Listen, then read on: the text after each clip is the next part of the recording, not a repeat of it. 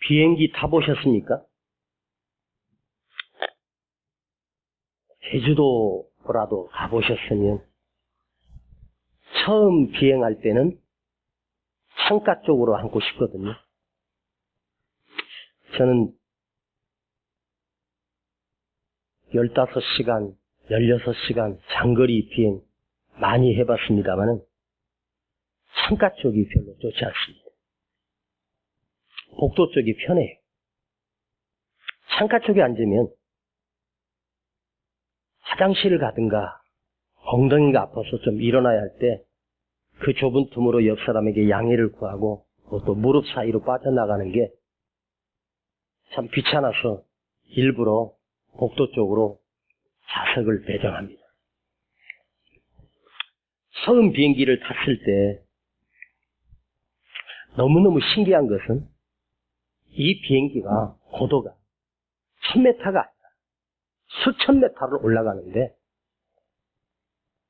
그 아래 구름들이 마치 눈이 쌓인 것처럼 보이기 시작하고 처음에 비행기가 이륙해서 하늘로 올라갈 때 인천공항에서 보면 그 인천 앞바다와 그 인천국제공항의 규모가 얼마나 큽니까? 비행기가 인천공항을 이륙하여 한 바퀴를 돌면서 빠져나가는 순간 그 땅 아래에 있는 인천공항과 인천의 시가지가 제 눈에 확 들어옵니다. 거기에 수많은 아파트, 주택들, 빌딩들, 그 아파트 한 채가 아무리 안 가도 10억은 가는 그 아파트 위에서 그 모습을 보지만 내 눈에는 성냥갑보다 더 작은 그의 하나마로 점 하나 찍어 줄 수도 없을 정도로 작은 그 아파트 한 채, 그거 살려고 인생이 몸부림치지 않습니까?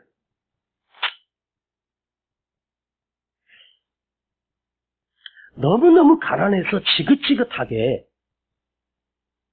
서울의 공장이 취직해서 젊은 청년이 하루에 2시간, 3시간 자면서 컵라면으로 한 끼를 때워가며 배를 굶주리며 지독하게 돈을 모았어. 남이 흔하게 먹는 삼겹살 한 번 먹어보지 못하고 지독하게 돈을 모아서 조그만 집 하나를 마련하고 어떻게 공장에서 만난 아가씨와 결혼해서 가정을 이루게 됩니다.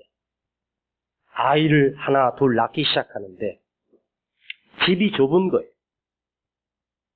그 아이들이 커가면서도 또 지독하게 둘이서 또 손발에 지문이 없어질 정도로 일을 해서 적금을 놓고 해가지고 이 부부가 드디어 조그만 아파트 5층짜리 엘리베이터도 없는 주공 아파트 18평짜리로 이사를 했습니다. 그 집에 이사해서 아이들 방도 생기고 첫날 밤을 자는데 너무 감동스러운 거예요. 너무 행복한 거예요. 이 부부가 손을 잡고 이렇게 말했습니다. 여보, 이제 죽어도 좋다. 우리 집이 아파트가 생겼어. 아이들 또 키워보니까 그 18평짜리 아파트가 좁습니다. 수돗물도 녹물 나오고 화장실도 지저분하고 그래서 더 큰 꿈을 가지고 주택 청약을 해서 무려 15년이 지난 뒤에 레미안 삼성 아파트 27평짜리를 샀습니다. 그 나이가 50대 중반이 되었습니다. 그러다가 이 부부가 이제는 죽어도 좋다. 제일 좋은 집을 가졌으니 행복하다. 그리고 그날 밤 하룻밤을 자고 아침에 아내는 눈을 떴는데 그 남편은 너무너무 행복하게 꿈속에 아침에 눈을 뜨지 못한 채 세상을 떠나고 말았습니다. 심판대 앞에 갔는데 누군가가 그 사람에게 질문하더랍니다. 내가 너에게 준 생명을 이 세상에서 너는 무엇하며 살았느냐 물어봤습니다. 그는 자신 있게 말했습니다. 예, 12평짜리 쪽방 하나 사가지고요, 열심히 모아가지고 15평 사고 18평 사고 나중에는 28평짜리 아파트를 샀는데 딱 하룻밤 자고 제가 왔습니다.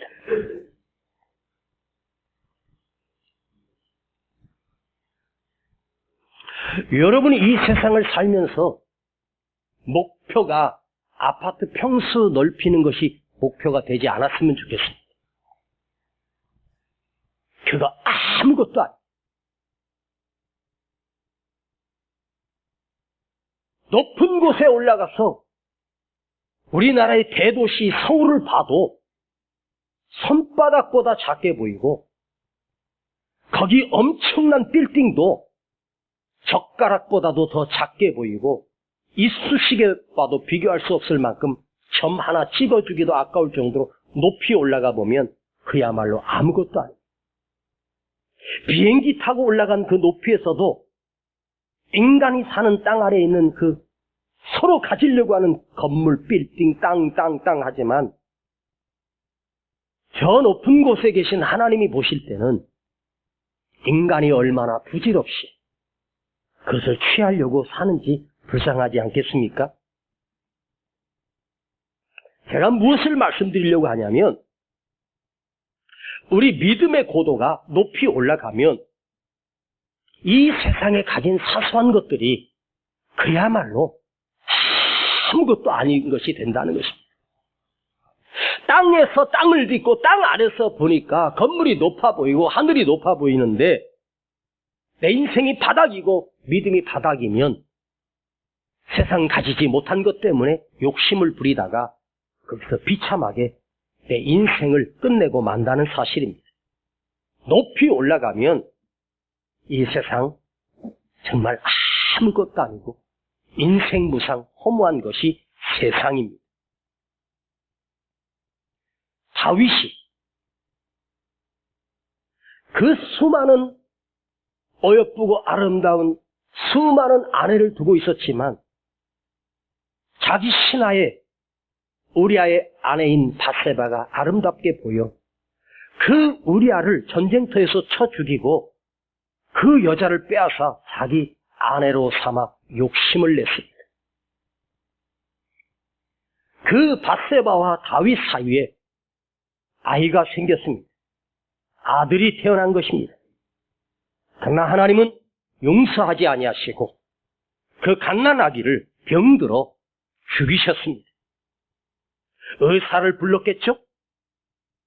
왕이여, 이 아이가 죽을 병입니다. 의술로는 살릴 수가 없어요. 열병이 나고 호흡이 거칠고, 그때 다윗은 왕복을 다 벗어던지고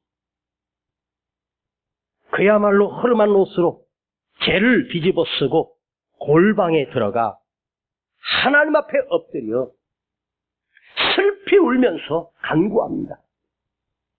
밧세바와 사이에서 태어난 아들을 살려달라고 하나님 앞에 슬피 울며 간절히 기도합니다. 하루가 지나고 이틀이 지나고 3일이 지났습니다. 다윗은 그 골방에서 나오지 않고 엎드려 울며 기도하기 시작합니다. 신하들은 밖에서 우리의 왕이 굶주려 지쳐서 죽을까봐 아무리 그에게 가서 음식을 권하고 좋은 음식을 드시라고 하면서 권하지만 다윗은 다 거절하고, 내 아이가 지금 죽어가는데 내가 먹을 수 없다고 하고 간절히 하나님 앞에 엎드려 그 아이를 살려달라고 기도합니다. 그러나 7일째 되는 날 그 아이는 마침내 죽고 맙니다.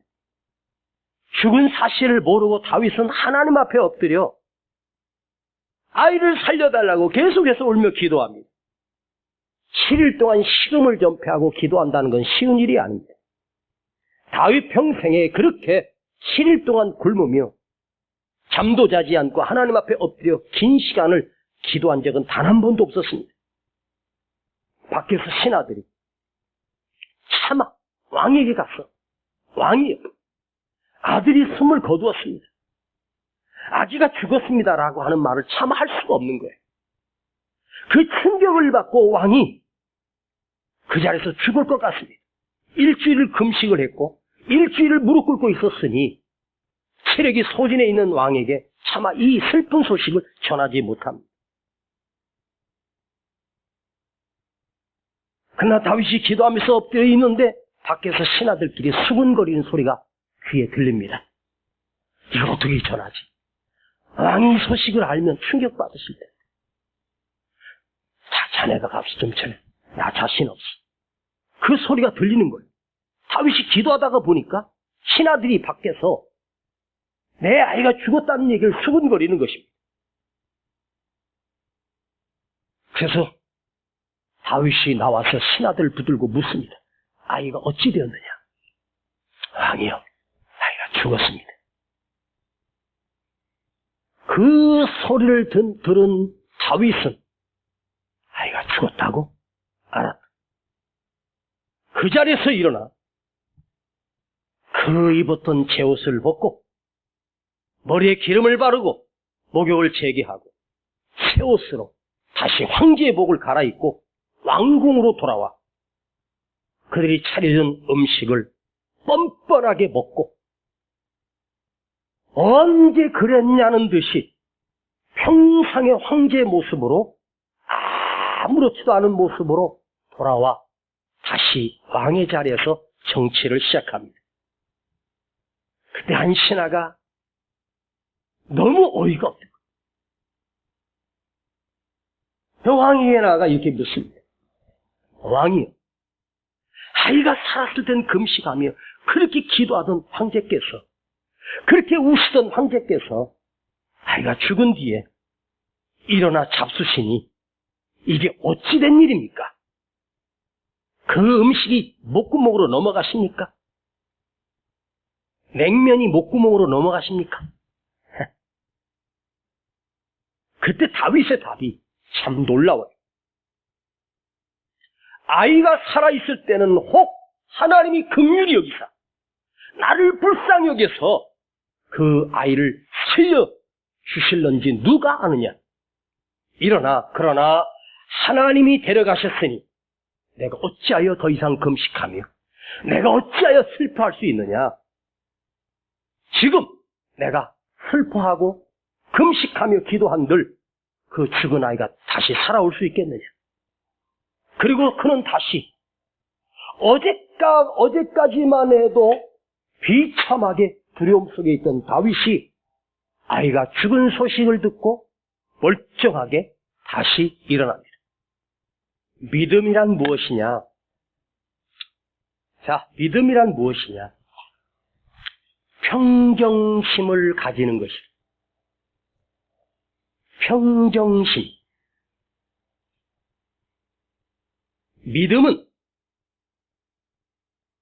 내 안에서 나를 다스릴 때 그 살아있는 믿음은 평정심을 지키게 합니다.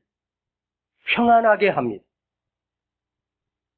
다윗이 사랑하는 어린 자식을 죽어가는데 기도하는 것 또한 당연하지만 먹지도 하지도 않고 씻지도 않고 울며 기도하는 것은 중요하고 당연한 일입니다. 자, 다윗이 하나님 앞에 그 아이를 살려달라고 얼마나 하나님 앞에 간절하게 기도했겠습니까? 제 기억으로는 다윗이 하나님 앞에 나가 이렇게 간절하게 기도하지 않았어도 하나님은 그 다윗의 기도마다 모든 기도에 응답해 주신 하나님입니다. 그런데 내가 원하는 대로 되지 않고 내가 원치 않는 대로 하나님이 그 아이를 데려가 버렸습니다. 자, 여러분, 가장 중요한 것은 뭐냐? 내가 기도한 대로 이루어져야 간증이 아닙니다. 더 중요한 것은 내가 어떤 기도를 드렸느냐보다 더 중요한 것은 하나님께서 어떻게 응답하셨느냐가 더 중요하다는 말입니다. 기도의 결과에 따라 우리의 믿음이 좌우되는 것이 아니라 내가 기도를 드렸지만 하나님이 주신 응답은 내 기도와는 역설적으로 반대적으로 내가 원함이 아니라 하나님이 원하신 대로 응답되지 않았다 할지라도 더 중요한 것은 그 응답하신 하나님의 응답의 결과에 내가 어떻게 반응하느냐가 중요하단 말이에요. 기도 내용, 어떤 기도를 했다, 그건 중요하지 않아요. 하나님이 내리신 응답에 내가 반응하고 순종하고 받아들일 수 있는 것, 이것이 진짜 믿음이란 말이에요. 다윗은 하나님이 그 아이를 데려갔다고 해서 며칠 동안 식음을 전폐하고 하나님을 원망하거나 불평하거나 주저앉아서 낙심하지 않았어요. 원래 자리로 돌아와 왕의 자리로 다시 복귀했어. 나라가 어떻게 돌아가고 있는지를 묻고 지금 전쟁 상황이 어떤고 국민들의 상황을 다시 보고 정치를 시작하고 아무 일도 없었던 것처럼 평정심을 되찾았습니다. 이 모습을 보면서 다윗이 진짜 위대한 사람이구나. 이 위대한 믿음, 다윗의 인격이 위대한 것이 아니라 성품이 위대한 것이 아니라 그 속에 있는 믿음이 진짜 믿음이었구나. 다윗을 이렇게 평정심을 유지하게 할 수 있는 이 엄청난 능력이 어디서 왔을까? 그 속에 내재되어 있는 그 믿음에서 출발한 것입니다. 믿음은 어떤 사건에 따라서 춤추는 파도가 아닙니다. 아무리 엄청난 태풍이 몰아닥쳐도 깊은 바닷속에 그야말로 10m만 들어가면 20m만 들어가면 겉은 난리를 쳐도 20m 속에는 아무 소리도 나지 않습니다. 평안합니다.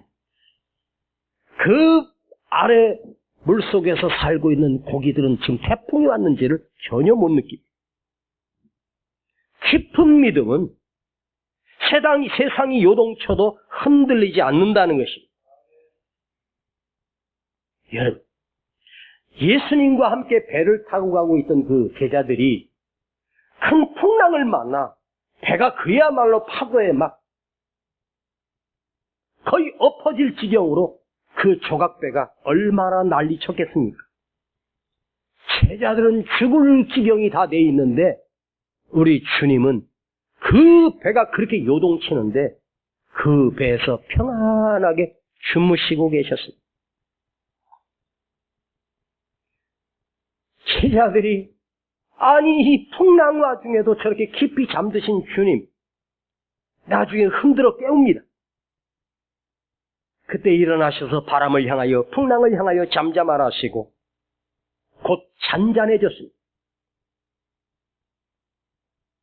거기서 주님의 엄청난 풍랑을 다스리고 태풍을 다스리고 바다를 다스리는 주님의 능력이 아니라 그 죽음의 상황에서도 평안한 고요함의 능력, 믿음은 요동치지 않는 것. 여러분 마음에 깊이 새기기를 축복합니다. 저도 새기겠습니다. 믿음은 코로나가 왔다고 오늘 좀 몇 명 더 늘었다고 처음에 대한민국에 80명이었다 난리 쳤습니다. 100명 넘어갔다고 난리 났습니다. 200명이랍니다. 400명이랍니다. 500명이랍니다. 요즘은 2,000명, 3,000명 나와요. 그렇게 요동치고 막 벌벌벌벌 떨고 요즘 매일 문자가 와. 성남에 67명, 48명. 아니 이 성남에만 5, 60명, 때로는 80명 이렇게 나와요. 어쩌라고?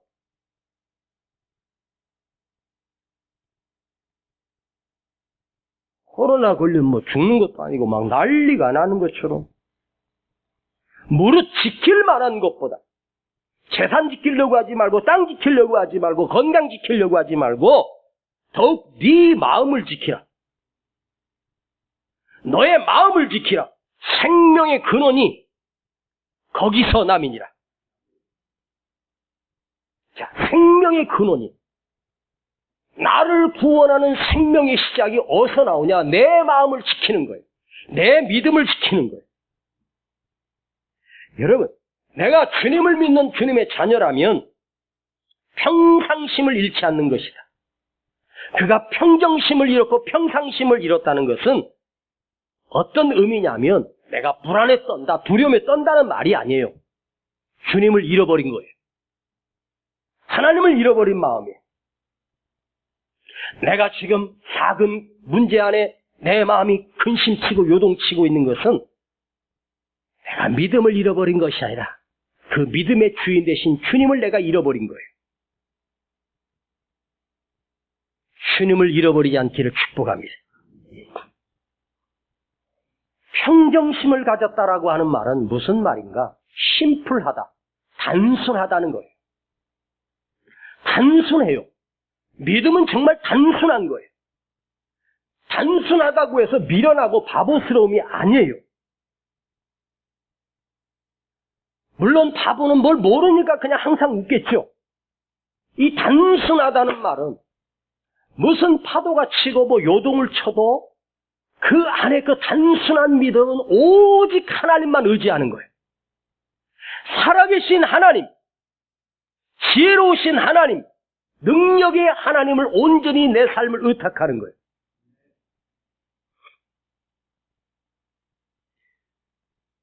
사무엘 선지자가 미스바 광야에서 백성들을 모으고 하나님 앞에 번제를 드리며 기도하기 시작합니다. 그때 블레셋의 군대가 그 광야에 그 이스라엘 백성을 한꺼번에 도륙하기 위해서 온 군대를 몰고 그들을 에워쌌습니다. 사무엘 선지자가 이스라엘 백성들 앞에 설교하며 이제 예배를 시작하는 그 순간에 블레셋의 군대가 그 진을 치고 칼과 창으로 무장하고 점점 좁혀옵니다. 이건 이스라엘 백성들이 비무장 상태에서 그야말로 한꺼번에 그들 칼날에 죽게 됐습니다. 그때 사무엘 선지자는 그걸 보고 대책을 세운 것이 아니라 어린 양을 잡아 하나님 앞에 온전한 번제를 드리고 하나님 앞에 다 같이 힘써서 기도하기 시작합니다.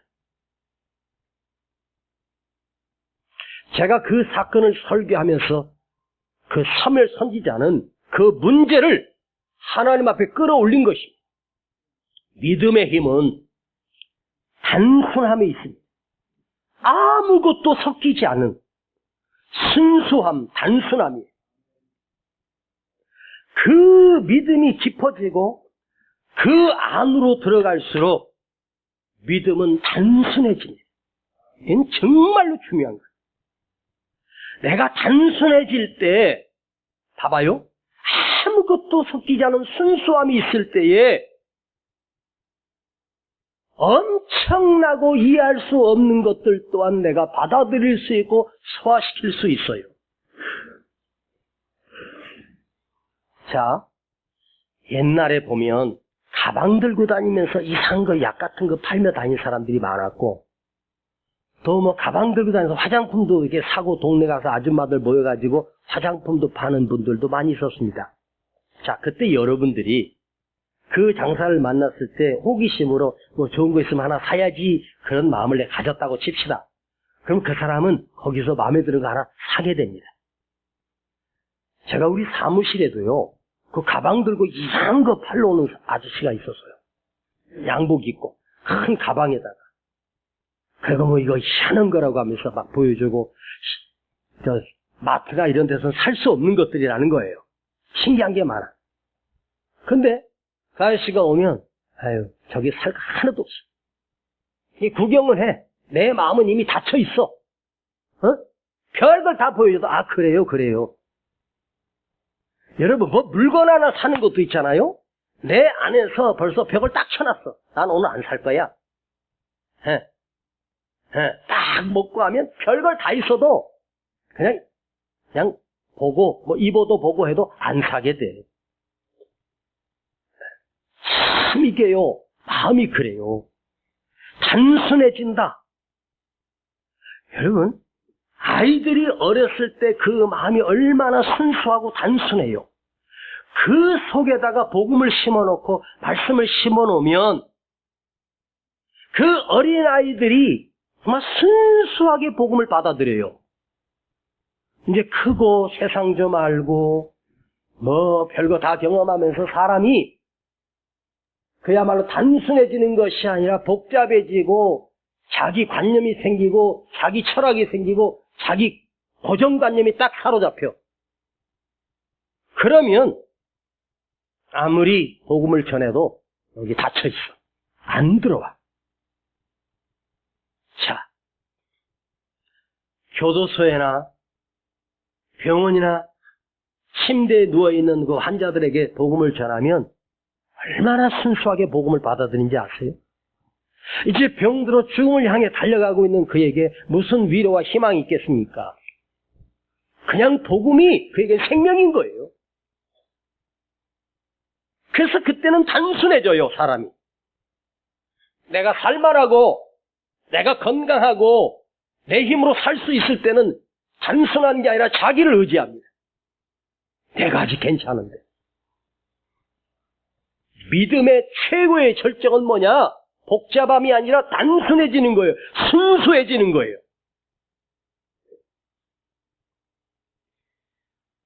또 이제 나이가 좀 더 들어가시면 순수해져요.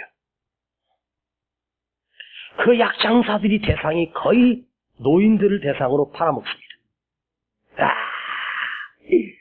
이 옥매트에서 3일만 주무시면 몸에 있는 모든 독소가 다 빠져나가고 필요가 없어지고 한번 누워보시면 거기다가 전기장판 이용해가지고 그게 옥매트가 따끈따끈합니다. 여러분, 나이가 들면 몸이 차가우지 않습니까? 누우니까 따끈따끈하고 좋거든. 특히 요즘같이 이제 쌀쌀해질 때 따끈따끈하니까 기가 막히거든. 여기서 할머니 한 일주일만 주무시면 허리 디스크 낳고 무릎 관절 낳고 혈액순환 잘 되고 뭐 몸에 독소가 다 빠져나가니. 그래 해보니까 몸이 막 노곤해지고 좋아지거든. 한 시간만 누워있으면. 얼만데요? 2,500만 원이에요. 아니, 그게 옥인지 돌인지 나는 잘 확인할 길은 없지만, 거기에다가 전기장치를 넣어가지고 따끈따끈하게 하는 거, 원가로 따지면 그거 얼마나 되겠습니까? 아마 내가 최대한 쳐도 20만 원도 안 들어가. 그런데, 2,500만 원이래. 근데 또 어르신들이 또 쌈짓돈이 갖고 있거든.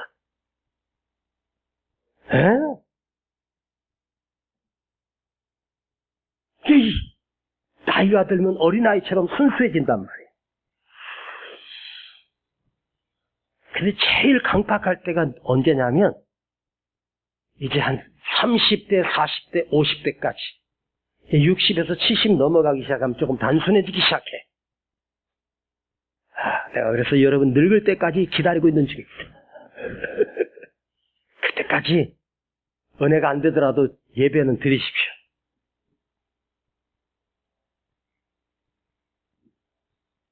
단순함에서 헌신이 나오고 단순함에서 눈물이 나오고 단순함에서 생명을 드리는 거예요. 아셨습니까?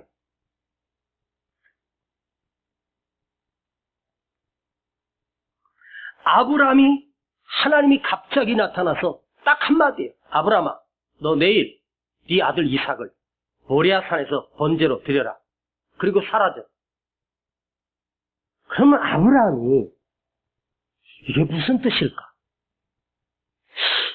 설마 하나님이 사람 고기를 잡수시고 싶어서 이삭을 드리라고 하나? 내가 때마다 황소를 드리고 하나님의 소를 드렸더니 이제는 내 아들 고기를 먹고 싶으신가? 아니지. 우상 잡신도 아니고 살아계신 하나님이 사람을 들이라니 이건 뭔가 문제가 있다. 그런데 아브라함이 그 최고의 믿음의 절정은 뭐예요? 하나님이 나에게 하셨던 말씀을 자기 생각으로 합리화시키거나 해석하지 않아요. 아멘. 그리고 그 다음날 그 이삭을 데리고 진짜로 모리아산으로 출발해요. 우리가 있지 않습니까? 뭘 하나님 앞에 헌신하러 드리면 해석을 해요.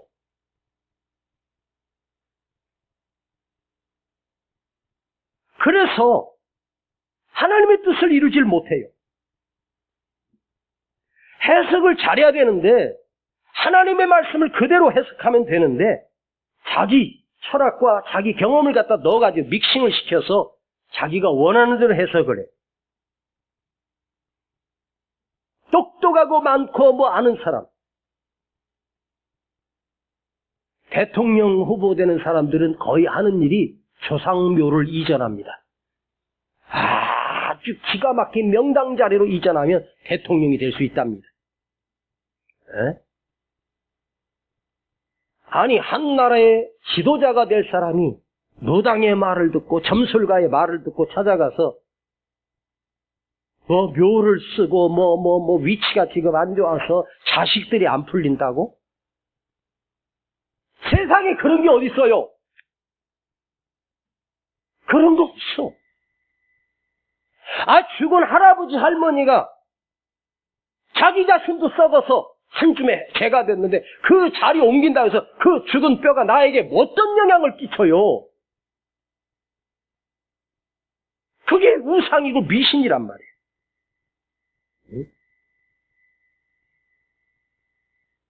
내 안에서 살아계신 하나님을 믿는데 살아계신 하나님이 나를 인도해 가신다고 믿고 어떤 일이 일어나도 나는 흔들리지 않아. 평정심을 가져. 그리고 단순해지는 거예요. 하나님께서 좀 더디 주시는구나. 좀 늦게 주실라나 보다.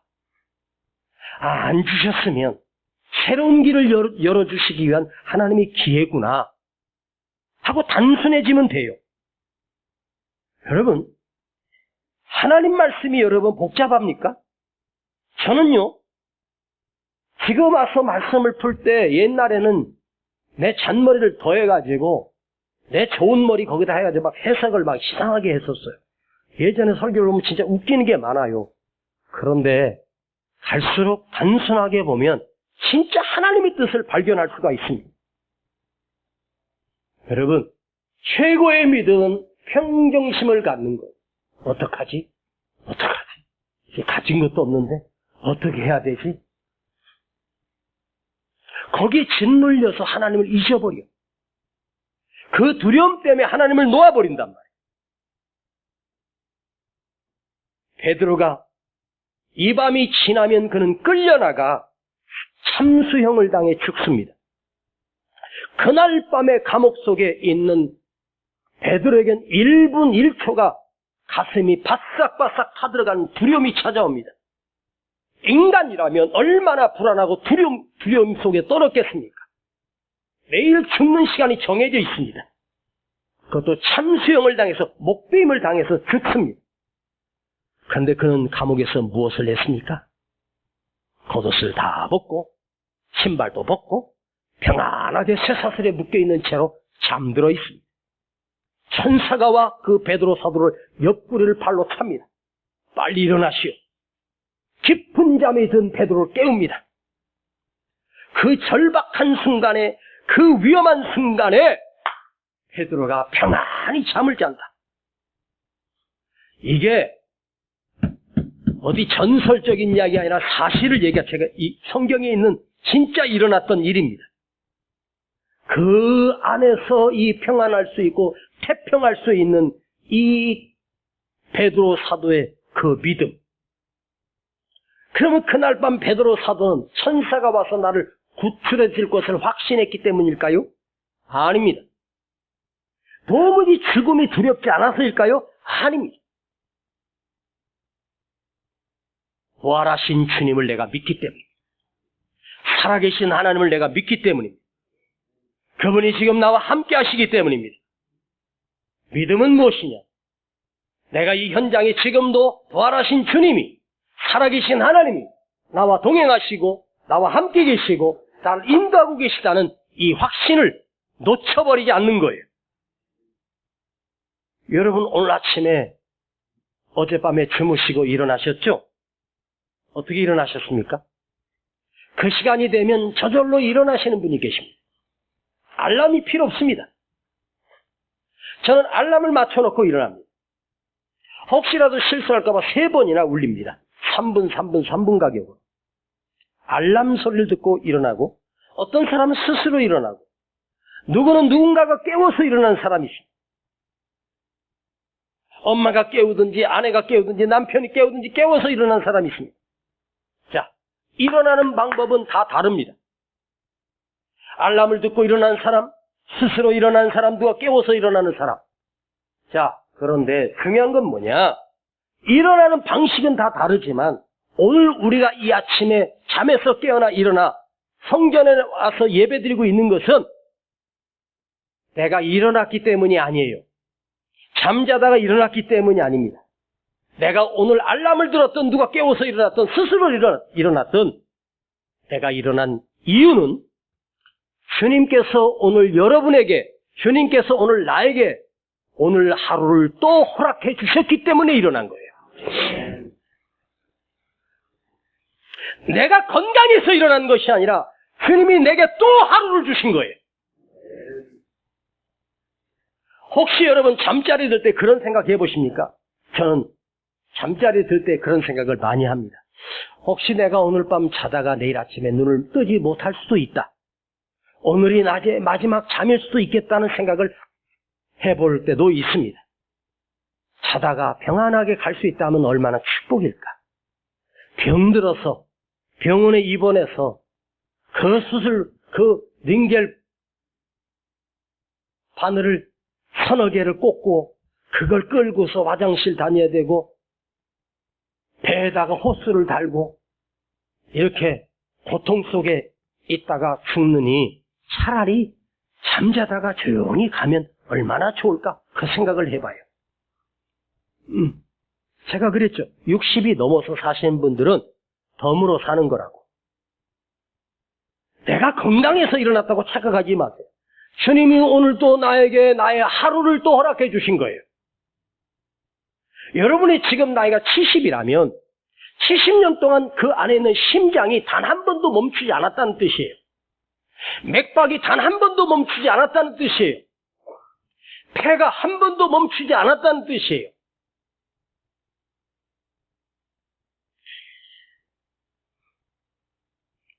여러분 달력을 걸어놓고 사십니까? 오늘 달력은 지금 10월 달입니다. 10월인데 그 달력을 보면서 숫자들이 쭉 있고 12월 달까지 있습니다. 이제 또 내년 달력이 한 달 뒤면 나올 거예요. 자, 달력을 걸어놓고 살면서 그 달력의 숫자가 무한정으로 계속 10월, 11월, 12월 또 내년에 2022년이 올 거고 또 하면서 이렇게 날짜가 써 있지 않습니까? 그 달력을 걸어놨기 때문에 그 달력대로 내가 사는 게 아니에요. 그 달력에 있는 숫자가 언제 내 인생의 숫자로 멈출지 아무도 모르는 거예요. 그걸 기억하십시오. 달력으로 사는 게 아니에요. 하나님이 나에게 하루하루의 삶을 연장해 주신 거예요. 그걸 감사하십시오. 할렐루야. 이걸 2번에 나눠서 설교하려고 했는데 오늘 하루에 끝내겠습니다. 왜냐하면 여러분들이 주중에 수요일도 안 나오시고 금요일도 안 나오는데 그래서 제가 주일 예배를 오후 3시까지 하기로 결심을 했습니다. 뭐라고 하지 마십시오. 이건 담임 목사의 재량이니까 어쩔 수 없습니다. 수요일도 잘 나오시고 금요일도 잘 나오시면 12시 안에 예배가 다 끝났는데 이제 그 수요일 못한 거, 못 들은 거, 금요일날 못 들은 거 합쳐서 3시간을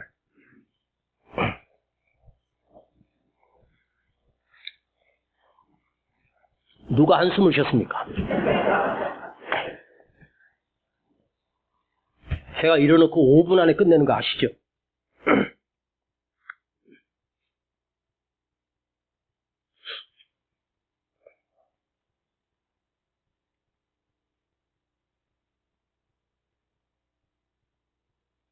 지금 양손과 발에 쇠사슬에 묶여있는 베드로. 그 베드로와 나와의 차이를 한번 생각해봤어. 무슨 차이가 있을까? 베드로는 옥에 갇혀서 쇠사슬에 매어있고 나는 자유의 몸으로 마음대로 돌아다니며 살 수 있다? 여러분, 저는요 아니라고 생각해요. 그 감옥에 있는 그 베드로 사도가 그 착고 속에 채워져 있고 1차, 2차 쇠사슬 창틀에 그가 갇혀 있습니다. 그러나 그는 감옥에 갇혀 있지 않았습니다. 그 안에 평안을 누리고 기쁨을 누리고 있었기 때문에 우리는 자유의 몸인데 내가 어디든지 갈 수 있는데 여러분 늘 근심의 감옥에 두려움의 감옥에 문제의 감옥 속에 벌벌벌벌 떨면서 우리는 살고 있지 않습니까? 제가 다시 한번 말씀드려요. 인생의 최고의 축복은 물질이 아니라 평안의 축복이다. 아무리 모든 것을 가져도 여기에 두려움 속에 살면 그는 사는 게 아니에요. 내가 진짜 감옥이 있어도 평안을 누리면 거기가 천국이에요. 베드로는 지금 천국에 가 있습니다. 주님이 함께하고 계시기 때문입니다. 우리는 그러면 돈 때문에, 자기 고집 때문에, 자기 욕심 때문에, 자기 성공 때문에, 야망 때문에 그 감옥에 갇혀서 이루지 못해서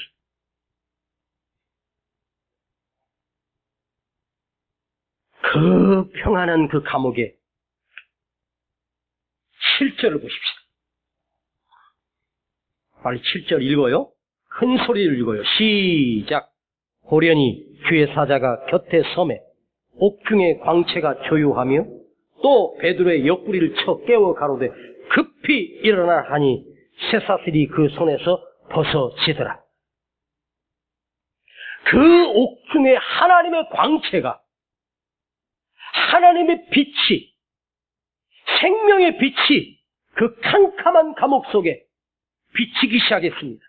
조용하며 광명처럼 빛이 났다는 말입니다. 이 빛이 푸호스입니다.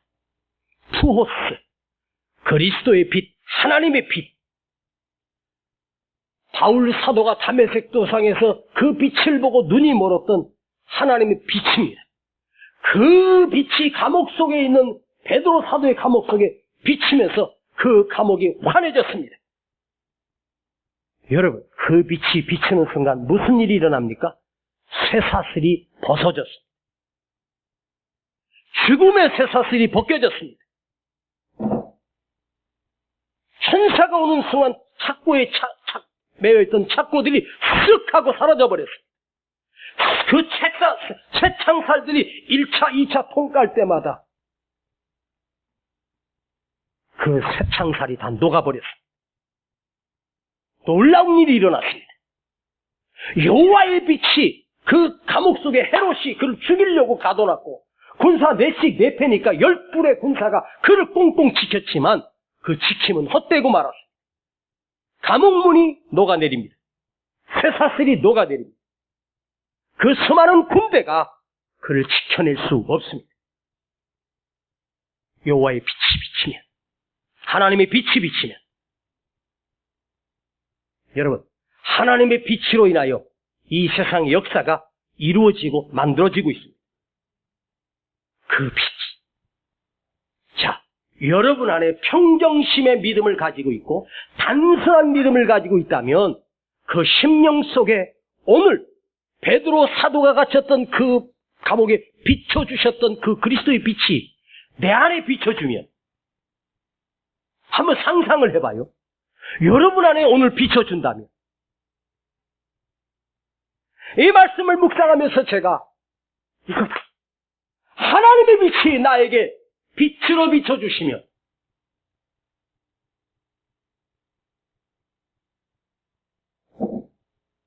나도 모르게 쌓고 있는 쇠창살 속에서, 내가 이길 수 없는 문제들 쇠창살 속에서 내가 더 이상 신을 할 이유가 없구나.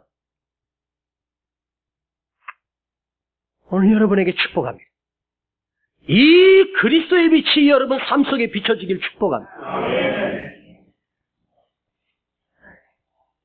여호와의 인도함을 받는 자, 그 무엇이 두려우리요?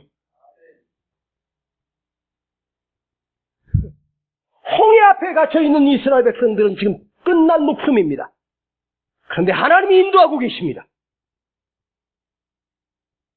그들은 사방이 꽁꽁 가로막혀 이제 죽음 앞에 있지만 하나님이 이스라엘 백성을 인도하고 계십니다. 하나님은 어찌하십니까? 그 홍해를 갈라 길을 내십니다. 이게 하나님이십니다. 여호와의 능력을 믿으십니까? 순수하고 단순하게 한번 믿어보십시오. 왜 나에게는 이런 이적과 기적들이 나에게는 일어나지 않을까? 왜 나는 이걸 경험하지 못하고 살까? 예수 믿고 사는 믿음으로 사는 것이 나에게 부담이 되고 이것이 나의 문제가 되어버리고 전능한 신 하나님이 나를 도우시는 그 능력의 하나님이 나에게 부담이 된다면 그 하나님의 빛이 여러분에게 비춰주시겠습니까? 여호와의 빛이 찬란하게 지금도 빛이 나고 있습니다. 나는 믿습니다. 하나님의 빛은 꺼지지 않았다고. 지금도 나를 향해 비추고 있는데 왜 베드로에게 비춰주신 그 감옥에만 하나님의 빛이 표신하게 비춰주셨고 내 삶에는 표시도 안 나고 늘 문제 속에 살아가야 하는가? 아니라고 생각합니다. 여호와의 빛은, 그리스도의 빛은 오늘 우리 모두에게 비춰주고 있습니다. 이거 잊지 마십시오. 헤롯이 그를 죽이려고 결심했지만 죽일 수 없습니다. 베드로를 죽이려고 했던 그 헤롯은 하루 순간에 벌레가 그 뱃속에서 나와 그를 갉아먹어 그는 비참한 최후를 맞이합니다. 여러분, 우리가 오늘 이 세상을 살다가 죽어요. 인생을 끝날 거예요. 그러나 그 죽음의 쇠사슬 또한 우리의 영혼을 건드릴 수가 없습니다. 질병의 쇠사슬이 나를 어찌할 수 없습니다.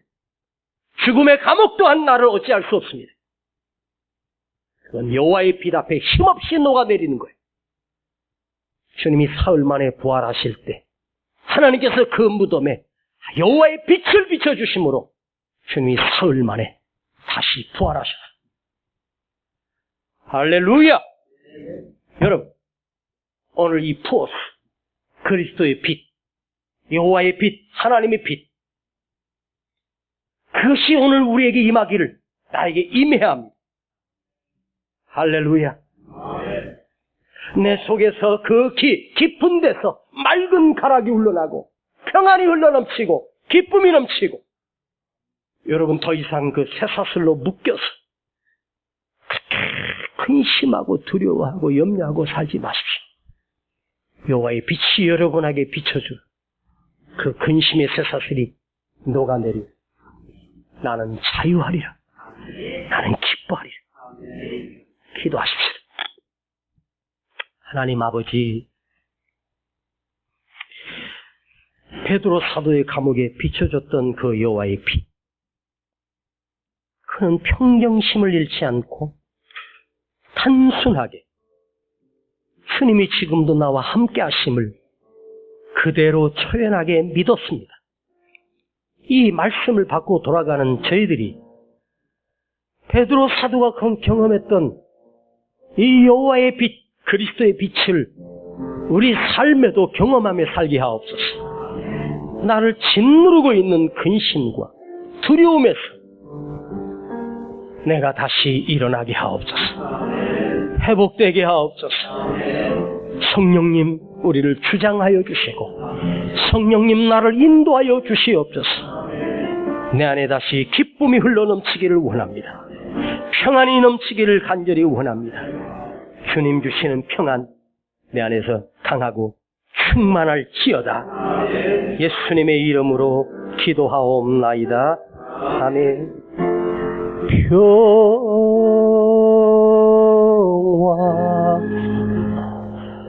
평화 하늘 위에서 내려오네.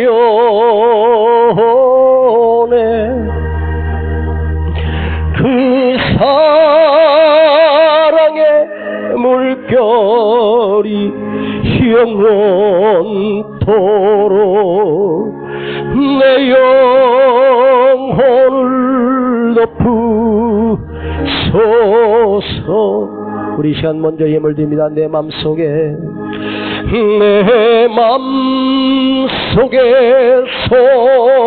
솟아난 이 평화는 깊이 묻힌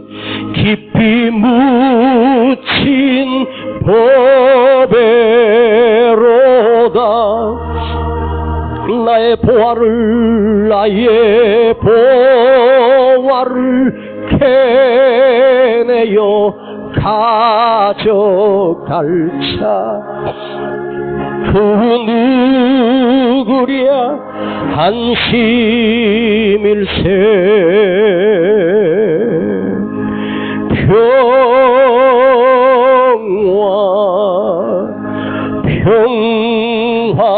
평화로다.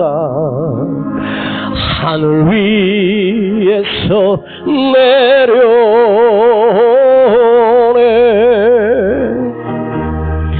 그 사랑의 물결이 영원토록 내 영혼을 덮으.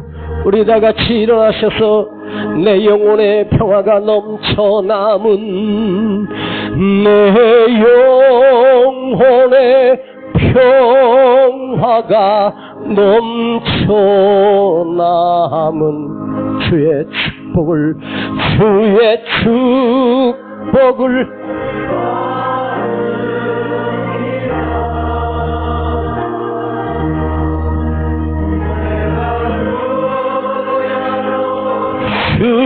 주님과 함께 있어 내 영혼이 편히 쉬네.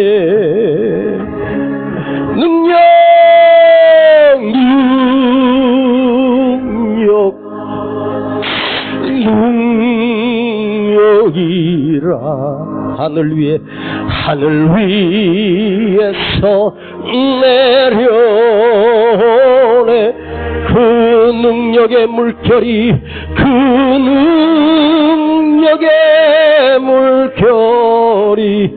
영원토록 내 영혼을 덮으소서. 기쁨이라.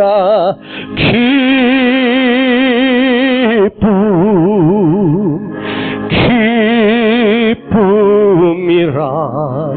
어디에서?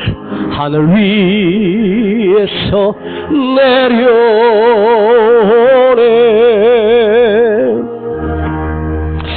그 기쁨의 물결이 영원토록 내 영혼을 덮으소서.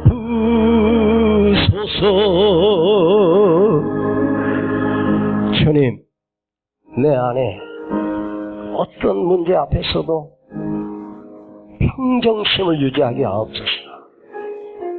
문제에 끌려다녀.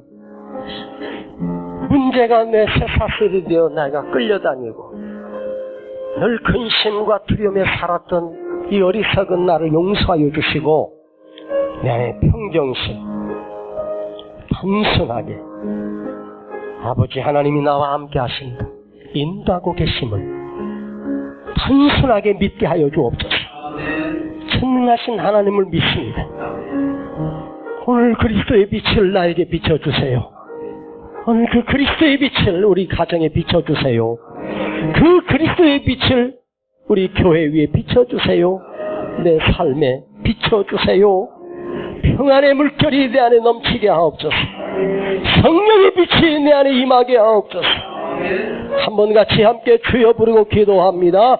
주여 아버지 기도합니다.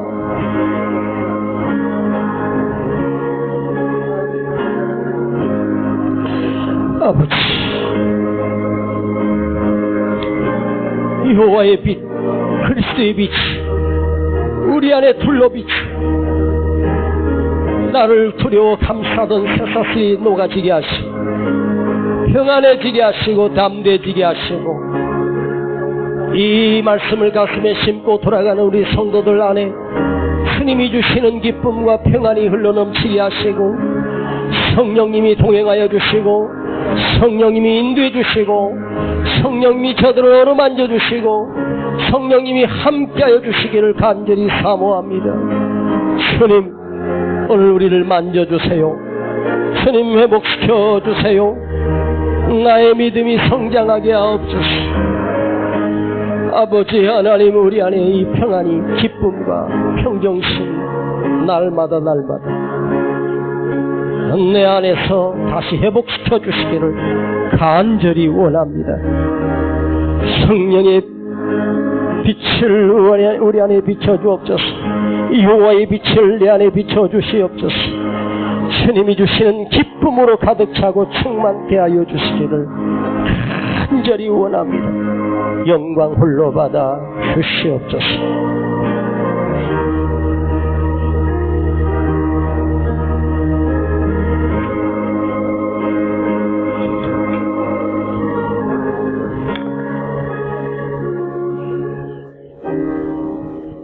아버지 하나님, 은혜를 감사드립니다. 우리에게 기억하는 것, 담을 수 있는 그릇 주시어서 주님의 말씀을 담고 위기 속에서 문제 앞에서 이 말씀이 작동하게 하시고 기억나게 하시며 더 이상 쇠사슬에, 근심의 쇠사슬에, 두려움의 쇠사슬에, 세상의 쇠사슬에 묶여 감옥처럼 살지 않게 하시고 그리스도의 빛이 내 삶에 날마다 비춰주심을 경험하게 하옵소서. 예물 드립니다.